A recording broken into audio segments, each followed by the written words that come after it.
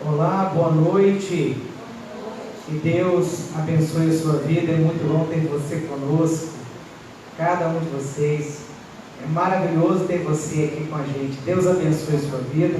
Você também que está nos assistindo aí pela internet, Deus abençoe você, abençoe a sua casa. Nós vamos ler um salmo que há muito tempo eu estava querendo ler ele na igreja. O Salmo 122.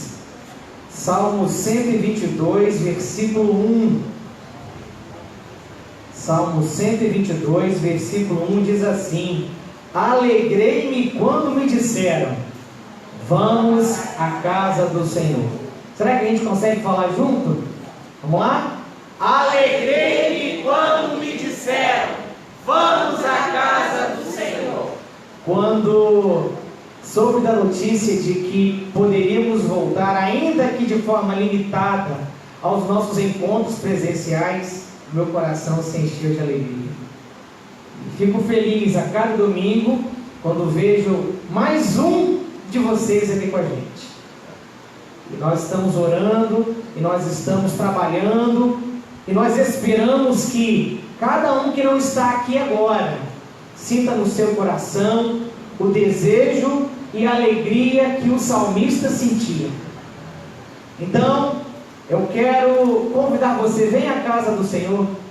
Venha à casa do Senhor hoje ainda, há muitos lugares aqui. Venha à casa do Senhor no próximo domingo. E eu espero que esse convite enche seu coração de alegria, como enchia de alegria o coração do salmista em estar na presença de Deus na casa do Senhor. E nós vamos orar neste momento. Fechar os nossos olhos. Pai, muito obrigado. Obrigado pela Tua palavra. Obrigado pela Tua presença. Obrigado pela oportunidade de cultuar, de bendizer e de exaltar o Teu nome. Muito obrigado, Senhor. Manifesta a Tua presença. Manifesta a Tua graça, a Tua misericórdia, o Teu amor aqui nessa noite.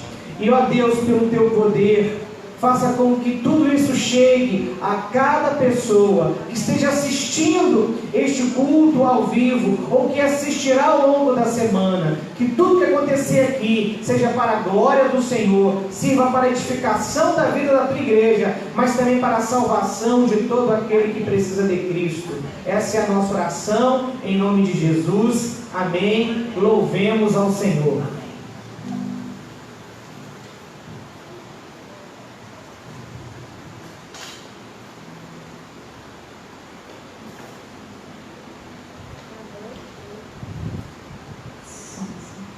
Boa noite, os irmãos podem se colocar de pé. Lá em Salmos 117, versículo 1 e 2 diz assim: Louvem a Deus, o Senhor de todas as nações, que todos os povos o louvem. O seu amor por nós é forte, a sua fidelidade dura para sempre. Então vamos entoar de todo o nosso coração, vamos exaltar a esse Deus.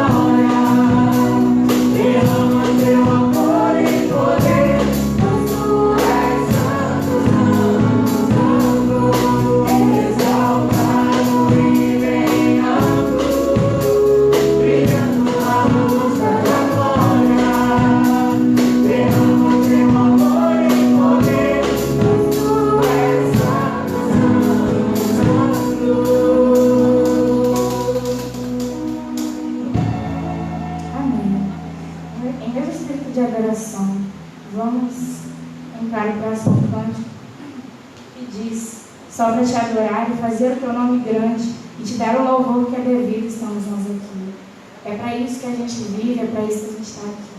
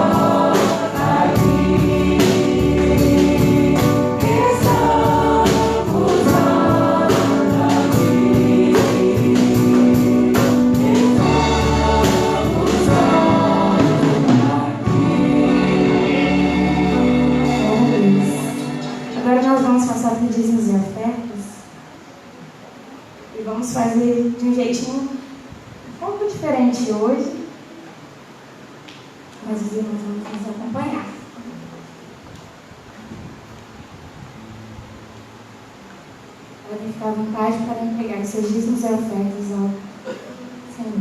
A irmã vai estar passando com essa coisa.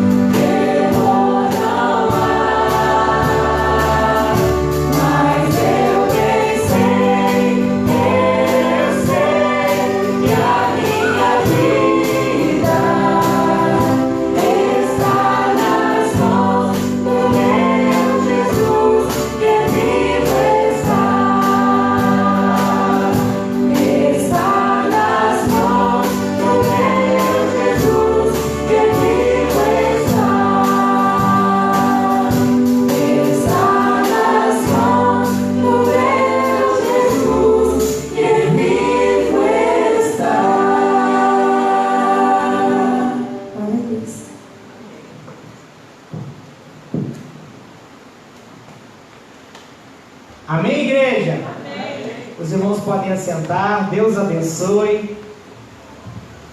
Deus abençoe a sua vida, você que está aqui conosco. Nós vamos orar mais uma vez, agradecendo a Deus por esses momentos tão maravilhosos na presença do Senhor. E se você tem algum motivo de gratidão, seja por completar mais um ano de vida, ou comemorar data de aniversário de casamento, ou mesmo porque Deus lhe deu uma grande bênção, ou você teve vitória em alguma situação que há muito tempo você esperava resolução, ou você está passando por uma situação difícil, complicada, e você quer entregar isso nas mãos de Deus, eu quero orar com você, quero orar por você. Você que está aqui presente, se deseja receber oração, fique de pé, seja por qualquer motivo, por agradecimento ou mesmo por pedir a Deus ajuda, orientação e uma bênção. Nós estaremos juntos aqui clamando ao Senhor. Pai, muito obrigado pela oportunidade de estarmos aqui mais uma vez. Obrigado porque nós estamos vivos. Obrigado porque nós estamos na tua casa com a tua igreja. Obrigado a Deus por cantarmos canções tão maravilhosas que fortalecem a nossa fé, que edificam a nossa fé. Ó Deus bendito, o Senhor sabe o que cada um que está de pé aqui nessa noite está passando. O Senhor sabe quem está agradecendo. O Senhor sabe quem está pedindo, quem está suplicando. O Senhor sabe quem está bem, quem não está. O que nós queremos te pedir é que o Senhor aceite o nosso clamor, que o Senhor aceite a nossa oração, que o Senhor olhe agora para nós, para cada um de nós, aqui ou em casa assistindo essa live, que em nome do Senhor Jesus, a tua graça, a tua misericórdia e o teu poder possam nos alcançar e nos ajudar, ó Deus, nesses momentos que estamos vivendo. E receba de nós todo louvor, toda gratidão, Senhor, que nós temos por todo o cuidado presente e real que o Senhor tem feito nas nossas vidas. Somos gratos também, Senhor, por aqueles irmãos que estão aniversariando essa semana, por aqueles que estão comemorando mais um ano de vida juntos como casados. Te agradecemos, a Deus, pelos dízimos e ofertas que são semanalmente trazidos aqui, ou depositados, ou transferidos para a conta da igreja. Nós te agradecemos porque o Senhor não tem deixado faltar o recurso financeiro para que esta obra continue acontecendo. Eu quero também te agradecer por cada irmão e irmã que tem se dedicado todo fim de semana para que nós realizemos os cultos presenciais e para que também consigamos transmiti-los, a Deus. Que o Senhor nos abençoe, nos ajude e nos oriente em tudo aquilo que ainda precisamos fazer, que precisamos adquirir e podemos melhorar, para que a tua palavra, aqui ou em qualquer lugar que essa transmissão possa levar, possa alcançar, ó Deus, pessoas para ti, almas para Cristo. Levar a mensagem de esperança àqueles que estão sem esperança. A mensagem de fé para aqueles que não conseguem mais crer. A mensagem de salvação para aqueles que estão perdidos. Ó Deus, então contempla cada um de nós e fala ao nosso coração agora através da tua palavra poderosa e edifica-nos em nome de Jesus. Amém. Amém. E amém. Glória a Deus. Os irmãos podem assentar. E quero convidar você a abrir a sua Bíblia no Evangelho de Lucas, capítulo 7, do verso 1 ao verso 10. Evangelho de Lucas, capítulo 7, de 1 a 10. Estivemos nos últimos 2 domingos refletindo sobre os nazarenos e a sua relação com Jesus. E percebemos que, apesar de eles viverem com Cristo por 30 anos e conhecê-lo, tendo o prazer de conhecê-lo por 30 anos, eles o rejeitaram como Salvador e também rejeitaram o seu Evangelho e a sua mensagem. E apesar das 2 tentativas de Jesus levar a sua palavra, a sua graça, o seu poder, a sua misericórdia, a sua salvação àquela cidade, e apesar de Jesus ser conhecido pelos caminhos, pelas redondezas de Israel como Jesus de Nazaré, ele nunca foi de Nazaré e Nazaré nunca foi dele, por causa da incredulidade que os nazarenos conservaram os seus corações em relação a Jesus. E passamos a partir de hoje pela manhã pensar numa outra perspectiva, saindo da incredulidade e pensando numa fé numa fé verdadeira, numa fé viva, numa fé atuante, uma fé que agrada a Deus. E hoje pela manhã nós nos deparamos com os discípulos exercendo o chamado deles, a vocação deles, o ministério deles, e se vendo impedidos de realizá-lo. E quando eles então questionam Jesus porque eles não conseguiam, eles foram impedidos, Jesus diz, é por causa da pequenez da vossa fé. A qualidade da fé daqueles homens estavam aquém do padrão mínimo estabelecido nas Escrituras. E como eu disse para os irmãos hoje pela manhã, esse é um texto que nós vamos analisar melhor no Evangelho de Marcos, porque detalha muitas situações que apontam por que eles se sentiram impedidos de realizar a obra de Deus naquele dia, naquela oportunidade. Só quando Jesus chega ali com a sua presença, eles conseguem então dar conta daquilo e ao mesmo tempo perceberem que a sua fé precisava de manejo, precisava de tratamento, de atenção. E com essa perspectiva, estaremos hoje, nos próximos domingos, refletindo sobre esse tema geral, uma fé que agrada a Deus. E hoje, nós vamos ler Lucas capítulo 7, de 1 a 10, e, consequentemente, essa mensagem, a segunda parte dessa mensagem, nós ouviremos no domingo que vem pela manhã, certo? Porque eu acredito que nós não teremos tempo para refletirmos, meditarmos em tudo aquilo que Deus deseja nos falar. De formas que a primeira parte desta mensagem, baseada nesse texto, nós veremos hoje. Diz assim a palavra do Senhor: tendo Jesus concluído todas as suas palavras dirigidas ao povo, entrou em Cafarnaum. E o servo de um centurião, a quem este muito estimava, estava doente, quase à morte. Tendo ouvido falar a respeito de Jesus, enviou-lhe alguns anciãos dos judeus, pedindo-lhe que viesse curar o seu servo. Estes, chegando-se a Jesus, com instância lhe suplicaram, dizendo: ele é digno de que lhe faças isso, porque é amigo do nosso povo, e ele mesmo nos edificou a sinagoga. Então Jesus foi com eles, e já perto da casa o centurião enviou-lhe amigos para lhe dizer: Senhor, não te incomodes, porque não sou digno de que entres em minha casa. Por isso eu mesmo não me julguei digno de ter contigo. Porém, manda com uma palavra, e o meu rapaz será curado. Porque também eu sou homem sujeito à autoridade, e tenho soldados às minhas ordens, e digo a este: vai, e ele vai, e a outro: vem, e ele vem, e ao meu servo: faz isso, e ele faz. Ouvidas estas palavras, admirou-se Jesus dele, e voltando-se para a multidão que o acompanhava, disse: afirmo-vos que nem mesmo em Israel achei fé como esta. E voltando para casa, os que foram enviados encontraram curado o servo. Amém? Amém. Amém. Irmãos, o versículo 9 diz literalmente assim: e ouvindo isso Jesus maravilhou-se dele, e voltando disse à multidão: nem ainda Israel tenho achado tanta fé. Jesus olha para a fé desse homem, e depois olha para a multidão que o seguia e diz: olha, eu não encontro uma fé dessa no meio de vocês. Essa é uma fé que agrada a Deus. Esse é um exemplo a ser seguido. Esse é um exemplo de fé a ser seguido.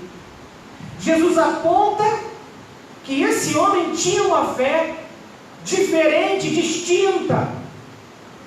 Uma fé que ele não havia encontrado em Israel. Uma fé que merece a nossa atenção, porque é uma fé que agrada a Deus. Ele olha para a fé desse homem e imediatamente olha para o povo que o seguia. E quando ele se dirige ao povo e diz essa palavra, ele os está confrontando. O que tem impedido vocês de terem uma fé assim? Vocês que sabem tanto ao meu respeito, vocês que me seguem, vocês que falam tanto de mim, vocês que já têm um conceito formado ao meu respeito,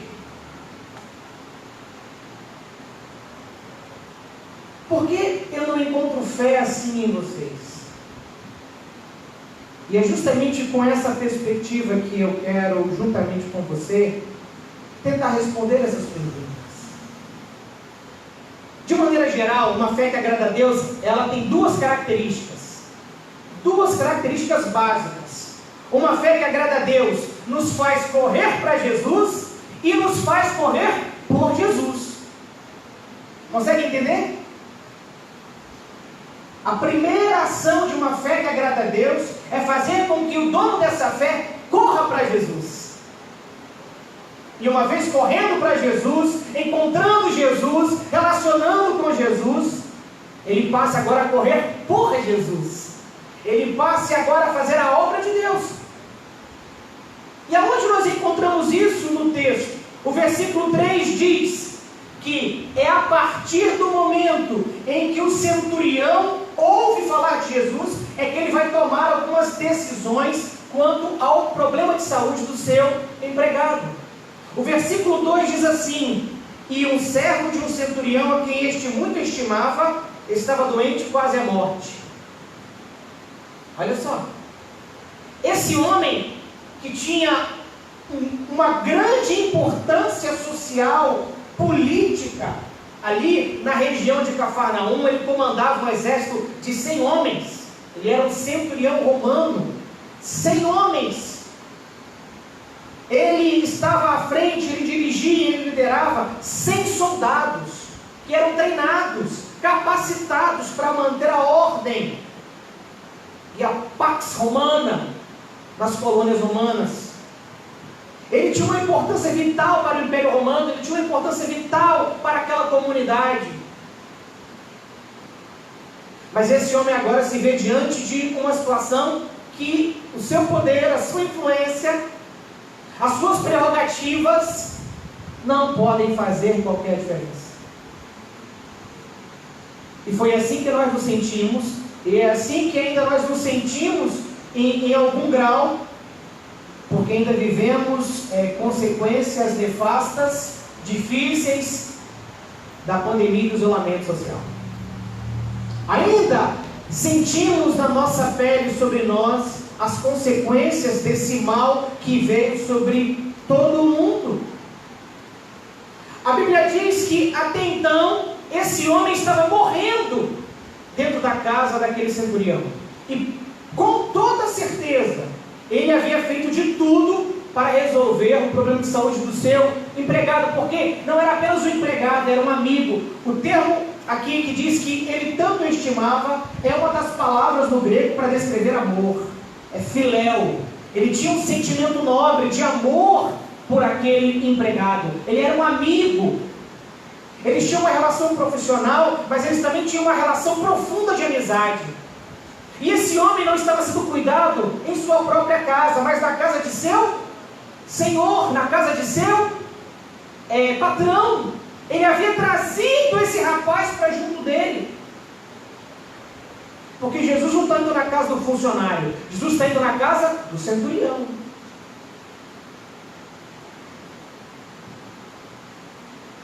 Mas o versículo 3 começa assim: tendo ouvido falar a respeito de Jesus.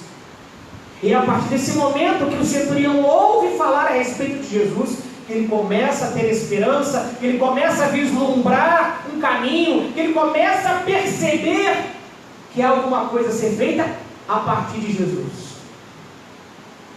Ele ouviu de Jesus, e se ele ouviu de Jesus, é porque alguém lhe falou de Jesus. Os irmãos concordam comigo? Se o centurião ouviu falar de Jesus, é porque alguém estava falando de Jesus. E quando ele ouve falar de Jesus, ele corre para Jesus. Não é isso? Só que quem falou para ele de Jesus, já estava correndo por Jesus. E aí a gente vai ver isso na semana que vem. Hoje, nós vamos nos ater a esse aspecto de ouvir Jesus. Uma fé que agrada a Deus é uma fé que ouve de Jesus, para depois ouvir a Jesus. Primeiro nós precisamos ouvir de Cristo, para então ouvir a Cristo. Para assim que ouvirmos de Cristo e ouvirmos a Cristo, possamos correr por Ele, e possamos falar dEle, e possamos falar dEle. Porque temos que falar de Jesus em Jesus. Temos que falar de Cristo em Cristo. Na carta de Paulo aos Filipenses, ele vai dizer o seguinte: que havia uma crise ali na cidade de Filipos, porque muitas pessoas falavam de Jesus pelas mais variadas razões, menos por causa de Jesus. E ele vai descrever, não importa se uns falam por vanglória, se outros falam por contenda, se outros falam por contradição, se outros falam porque querem aparecer. O importante é que fale de Jesus. Mas tem gente que fala de Jesus por causa de Jesus. Tem gente que fala de Jesus por causa do amor que tem a Jesus. Tem gente que fala de Jesus porque conhece a Jesus. Então, tem sempre alguém falando de Jesus. Mas o que nós ouvimos de Jesus, será que é verdade? E é sobre isso, nessa noite, que eu quero pensar com você a respeito dessa fé que agrada a Deus. É uma fé que corre para Jesus porque ouve de Jesus. E isso é importante para quem está fora da igreja, para quem está perdido no mundo, mas isso é fundamental também para quem já está na igreja. Porque precisamos falar de Cristo em Cristo, dependendo dele. Mas isso é um assunto para a semana que vem, tá bom? Então esse primeiro aspecto de correr para Jesus, o que ele ouviu, foi a primeira pergunta que veio à minha mente quando eu estava lendo esse texto, orando, meditando, pedindo a Deus iluminação. Eu fiquei pensando, falaram o que de Jesus para ele? Nos últimos 2 domingos, nós vimos os nazarenos que tinham todas as informações e as provas fatídicas e verídicas de que Jesus era o Messias, mas no entanto eles escolheram não segui-lo, ou rejeitaram. O que fez então esse homem buscar a Jesus? O que ele ouviu de Jesus, a respeito de Jesus, que o fez buscar em Cristo e depositar em Cristo uma fé que agrada a Deus, uma fé exemplar? Em primeiro lugar, ele ouviu, com certeza, baseado na história aqui no texto, pelo menos 4 verdades a respeito de Jesus. A primeira, que Jesus era um homem de Deus. Quando a gente lê os evangelhos, Jesus é chamado de profeta, Jesus é chamado de mestre, ele é chamado de rabi.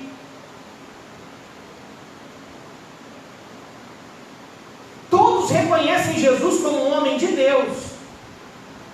Quando Nicodemos vai até Jesus, ele fala o seguinte: olha, não tem como dizer que o Senhor não vem de Deus quando olha para as obras que o Senhor faz. Quem é o Senhor? Então as pessoas de todas as esferas sociais tinham a convicção de que Jesus era um homem de Deus. E desde o início do seu ministério, a partir de Mateus 4, que é quando ele sai do deserto, que desde a sua primeira ação milagrosa, ali nas bodas de Caná, que o nome de Jesus, ele é espalhado, ele é anunciado como um homem de Deus.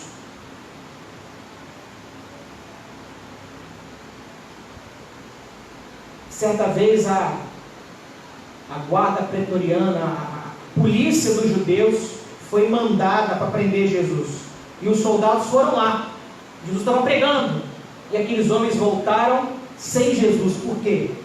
Porque quando eles ouviram Jesus falar, quando eles ouviram o ensinamento de Jesus, aqueles homens soldados, eles não conseguiram prender Jesus, porque ele não falava como os outros homens. É o que está escrito na palavra de Deus. Em outras situações, o povo vai dizer que Jesus ensinava diferente. Ele não ensinava como os escribas e fariseus. E sabe quem eram os escribas e fariseus? Eram os homens, entre aspas, os homens de Deus, responsáveis em ensinar o povo a palavra de Deus. E chega o Messias, o próprio Deus encarnado, e a forma de ensino O seu conteúdo de ensino é contrariamente oposto à prática de fé e o discurso religioso dos líderes judeus de seu tempo. Então, com certeza, esse centurião ouviu falar que Jesus era um homem de Deus, e ele envia quem? Para poder pedir ajuda a Jesus. Por que ele não vai ele mesmo? Não é? Essa foi a segunda pergunta que eu fiz. Por que ele não foi? E o texto responde por que ele não foi. Hoje nós não vamos entrar nessa questão. Mas ele envia os anciãos dos judeus. Quem eram os anciãos dos judeus? Eram os líderes religiosos de Cafarnaum. Jesus entra em Cafarnaum. Ele é um cidadão pagão, ele é um gentio. Ele defende Roma. Mas esse homem consegue, de alguma maneira, ter um bom relacionamento com a cúpula judaica de Cafarnaum. Esses anciãos judeus aqui eram os mesmos que perseguiram Jesus nos seus 3 anos e meio de ministério. Todas as vezes você vê lá os escribas e fariseus, os anciãos dos judeus. É esse pessoal aí que quer acabar com Cristo, com a sua igreja, nos evangelhos e no livro de Atos. Você vai encontrar esse termo comum, anciãos dos judeus. Eram os homens mais respeitados ali de Cafarnaum, no que se referia à religião, à fé. E se Jesus é um homem de Deus, e se o centurião é um pagão, quem melhor para falar com o homem de Deus do que os especialistas em Deus? Quem eram os especialistas em Deus? Os anciãos dos judeus. Então, ele não sabe como abordar Jesus. Como é que eu abordo um homem de Deus? Ele era um gentio. Ele praticamente estava iniciando sua fé. Ele tinha uma afeição à fé judaica. A fé judaica, nesse tempo, era a única religião monoteísta. Os gregos eram politeístas, os romanos eram politeístas. A religião romana era uma religião sincretista, juntava uma mistura de várias crenças, de todas as nações, colônias e povos que eles haviam subjugado. Já há mais de 100 anos que o Império Romano dominava ali os termos de Israel. E esse centurião, ele parece aqui pelo texto que era alguém que tinha uma afinidade, ele tinha um interesse em conhecer o Deus dos judeus. Esse Deus que é o único, esse Deus que fez todas as coisas. Então ele envia quem? Para poder intermediar entre ele e Jesus, os especialistas em Deus. Porque ele havia ouvido falar, com certeza, que Jesus era um homem de Deus. E ninguém melhor do que os anciãos dos judeus para ir lá e conseguir uma graça, conseguir uma bênção, conseguir uma ajuda. Quem nasceu fora da igreja entende muito bem isso que eu estou falando. Quem veio para a igreja depois de algum tempo de vida no mundo, entende o que eu estou falando. Como é difícil você vir para a igreja, não é? Como é difícil você querer a Deus e a sua cabeça está cheia de informações erradas, conturbadas, opostas, conflitantes a respeito de Deus. Como é difícil. Como aqueles que não estão na igreja precisam dos anciãos para de alguma maneira lhes ajudar na sua limitação, na sua dificuldade de se aproximar de Deus. Então, com certeza alguém falou de Jesus para ele e que Jesus era um homem de Deus. Só que Jesus caminha com esses anciãos porque ele chega lá e diz: o senhor tem que vir, ele é digno, ele é um homem diferente, ele é um romano diferente, ele ama o nosso povo, ele construiu uma sinagoga para nós estamos ensinando ele a palavra de Deus, ele é um homem que tem uma certa afeição pela nossa fé. E Jesus vai com eles. Só que não era isso que o centurião queria. Ele não queria que Jesus fosse à casa dele. E o texto diz. Então ele tem um outro grupo. Preparado ali para quê? Para que essa fé que agrada a Deus, ela se manifeste de uma maneira muito clara para mim e para você. Então ele também ouviu falar que Jesus era misericordioso. Versículo 6 diz que assim que Jesus está chegando nos portões da sua casa, vem aquela comitiva, ele já manda o quê? Ele toma uma outra decisão. Primeiro ele manda os anciãos, agora ele manda os seus amigos, que são gentios. E se aqui o texto não diz que eles eram judeus, e se o texto aqui não diz que eles eram parte da comitiva dos anciãos, é porque eles eram gentios como ele era. Então ele diz assim, olha, vai lá e resolve isso para mim, não deixa ele entrar na minha casa não. Porque com certeza ele havia ouvido de Jesus a respeito da sua grande misericórdia. Um judeu entrar na casa de um gentio era uma coisa quase impossível. Todo bom judeu religioso, dedicado, fiel, ele não entraria na casa de um homem gentio, porque ele estaria se contaminando. Ele estaria contaminado para que, assim que ele saísse dali, pudesse voltar para as suas práticas religiosas. Ele deveria seguir uma série de ritos de purificação. E isso que deveria ser um senso de santidade, virou uma esquizofrenia de sectarismo, a ponto dos judeus não se relacionarem nem com os samaritanos, e nem com os gentios, e nem com as outras nações. Olha só. Mas Jesus não. Jesus é um judeu diferente, porque ele é o Filho de Deus, ele é o Salvador, ele é cheio de misericórdia. E aquilo que os homens religiosos não podem fazer, ou que acreditam que não devem fazer, Jesus faz, porque ele sabe o que é a vontade de Deus, porque ele é a própria vontade de Deus encarnada. Então ele enviou uns amigos para que pudessem conter Jesus de entrar na sua casa. Jesus iria ali, entraria ali naquela residência, estaria ali. Essa é uma das poucas vezes que a Bíblia fala que nos termos de Israel, Jesus entraria na casa de um homem gentio. A maioria dos milagres que Jesus fez foi dentro dos termos de Israel, com judeus. Mas esse homem era um gentio, ele era um pagão. Mas esse homem pagão se viu numa necessidade de pegar a sua fé, tirar de si mesmo, tirar da sua posição social, tirar da grandiosidade do império que ele representava, para depositar única e exclusivamente na pessoa de Cristo. Porque ele havia ouvido falar que Jesus era misericordioso,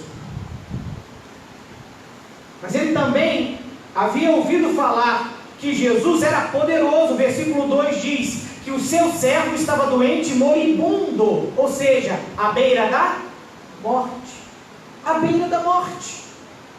Mateus capítulo 8, quando vai tratar desse mesmo texto, vai dizer o seguinte: jazia paralítico, violentamente atormentado. Então, a enfermidade que esse homem tinha, que esse servo tinha, era algo que afetava tanto o seu corpo quanto a sua alma. O texto não diz que esse tormento era de ordem espiritual, mas diz que ele era atormentado. Nós não sabemos se era por causa da dor do membro paralisado, ou da queda que ele tomou, ou do problema que ele teve. Provavelmente era um soldado, um bom soldado, que fazendo de maneira lícita, honrosa, o seu papel, ele sofre um flagelo. E ao invés de ser descartado como mais um, porque ele é amado por seu Senhor, ele é tratado e cuidado. Mas ele está sofrendo, ele está jazendo, ou seja, morrendo vagarosamente, indo para a sepultura. E não havia nada ao alcance do poder, da influência e das posses daquele centurião que pudesse fazer a mínima diferença na vida daquele a quem ele estimava muito. Ele não podia fazer nada, mas quando ele ouve falar de Jesus, ele descobre que Jesus pode fazer coisas impossíveis. O que é impossível para nós, é possível para Deus. Ele ouviu com certeza que Jesus era poderoso. Senão ele não tinha chamado Jesus. Sabe por quê? Porque ele iria diretamente aos seus superiores, ele iria à cúpula mais alta dos judeus, porque se ele tinha influência para convencer pessoas que não gostavam de Jesus, que discordavam de Jesus, a pedir ajuda a Jesus por ele tinha uma influência também muito grande em qualquer instância. Ele não foi ao sumo sacerdote, ele não foi a Caifás, ele não foi a Anás, ele foi a Jesus. Ele não foi a César, ele não foi ao imperador romano. Vocês lembram da história do leproso Naamã?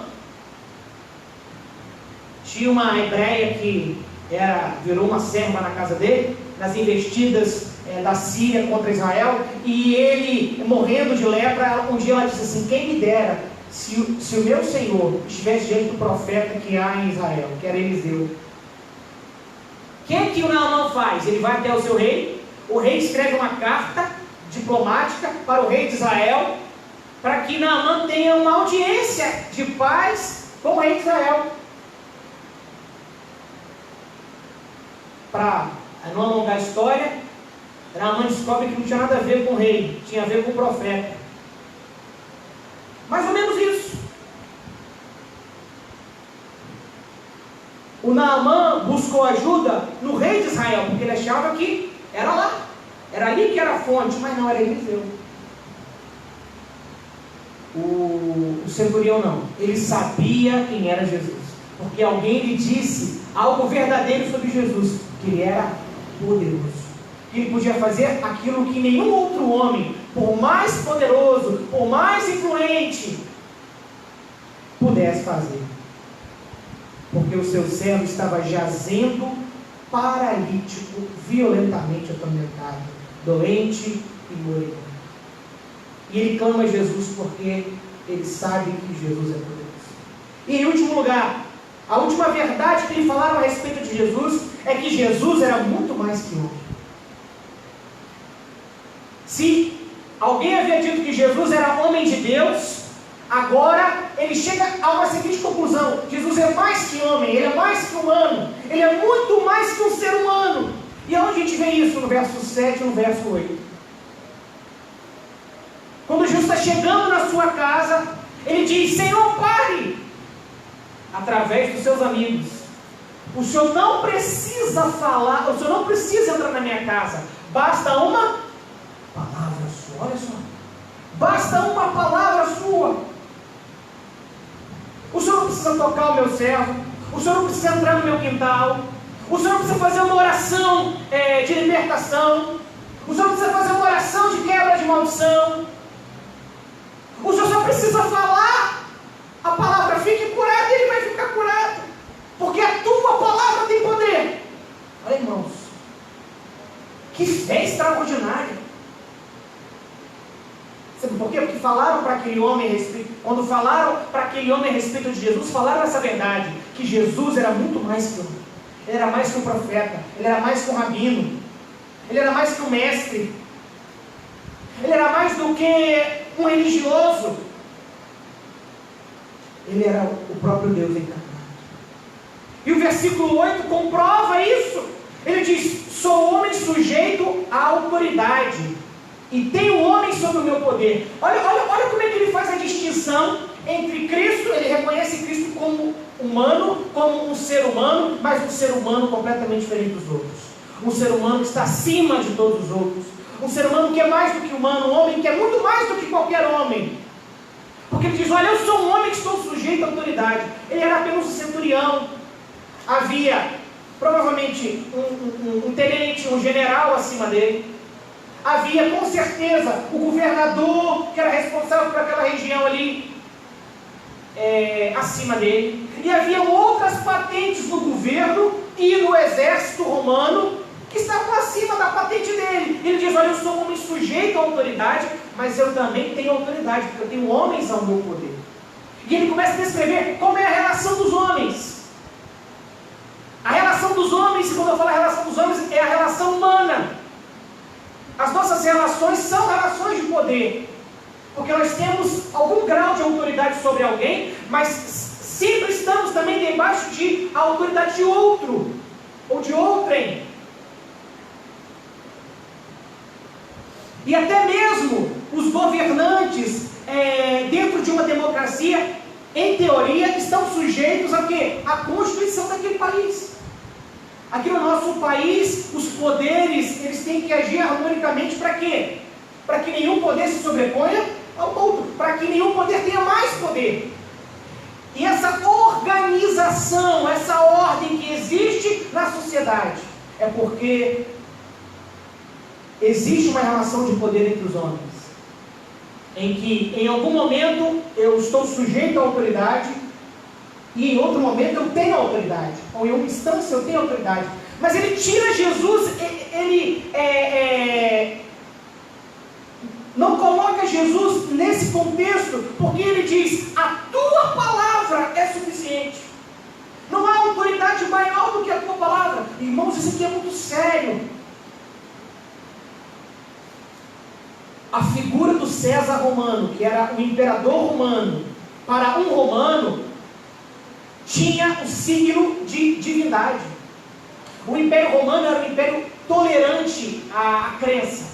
Todas as nações que foram subjugadas pelo Império Romano, elas tiveram a liberdade de continuar praticando suas crenças. A única crença que não foi permitida, ou que não foi compreendida dentro da tolerância religiosa romana, foi o cristianismo. Por quê? Porque o cristianismo era a única expressão de fé nos tempos do Novo Testamento em que colocavam o César abaixo de Jesus. O termo Cúrio César era um termo extremamente específico para tratar do César romano, do imperador romano. Ele era a autoridade máxima do céu e na terra.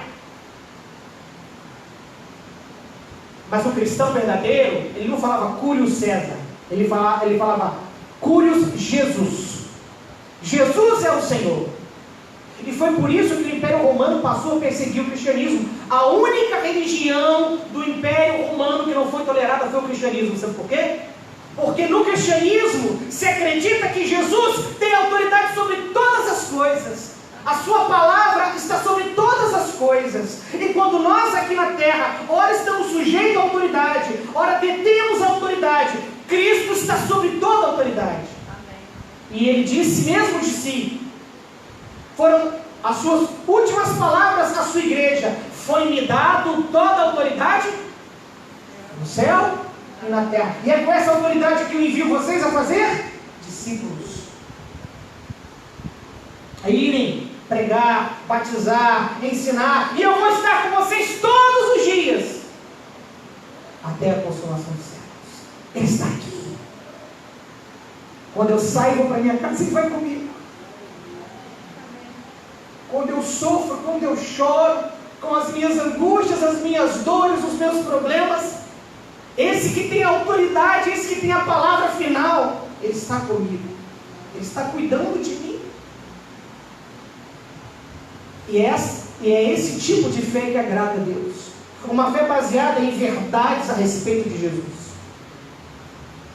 E o que fez esse homem ter essas atitudes foi o fato de ele ouvir pelo menos essas 4 verdades: que Jesus era um homem de Deus, que Jesus era extremamente misericordioso, que Jesus era poderoso e que Jesus era muito mais que homem. Ele pôs em risco a sua posição social, ele pôs em risco o seu emprego, ele pôs em risco tudo que ele tinha de valor, porque aqui ele reconhece Jesus acima de qualquer autoridade, mesmo do César a quem ele servia. E foi por esse motivo que o Império Romano passou a perseguir os cristãos.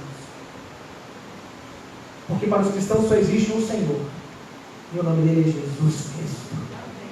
E é Ele que cuida de nós. Uma fé que agrada a Deus é uma fé que corre para Jesus. E corre para Jesus porque houve verdades a respeito dele. Você tem corrido para Jesus? Nesses quase 5 meses de pandemia, qual foi a fonte das suas soluções para os seus problemas, para os seus dilemas, para as suas angústias, para as suas tristezas, para as suas dores? A sua fé te levou para Cristo ou te afastou dele? Você que está em casa e poderia estar aqui, você pode afirmar que não está aqui por fé? Você pode dizer que não está hoje aqui presente porque você tem uma fé que agrada a Deus? Ou você tem que reconhecer que você poderia estar aqui e não está justamente aqui por causa que você não tem desenvolvido uma fé que agrada a Deus? Eu não sei. O que eu mais orei, o que eu mais pedi a Deus nesses 4 meses foi que a gente pudesse retornar aos cultos públicos. E eu estarei aqui todos os domingos, ainda que seja só com a minha família, ainda que seja só com a equipe que vem para cá, ainda que tenha só uma pessoa inscrita. Eu estarei aqui todos os domingos, para que essa comunidade saiba que essa igreja é do Senhor Jesus. E Ele tem autoridade sobre todas as coisas. Uma fé que agrada a Deus corre para Jesus. Para eu correr por Jesus, primeiro eu tenho que correr para Ele. Porque sem Ele, eu nada posso fazer. Vamos orar? Pai, obrigado pela Tua palavra.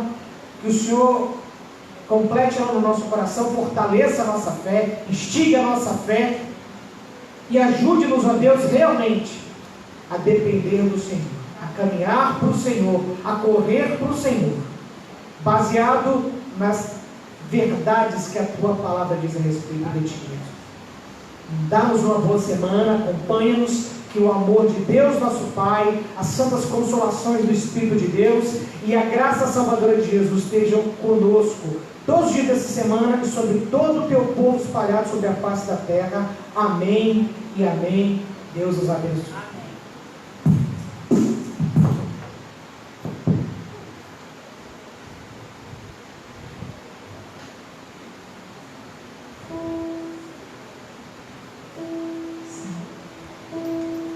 Essa música é uma música nova, acredito que nós nunca cantamos aqui na nossa igreja, mas ela tem uma letra linda. Então, quem já sabe pode cantar conosco, quem não sabe aprende. E reflita na letra. Ela tem muita palavra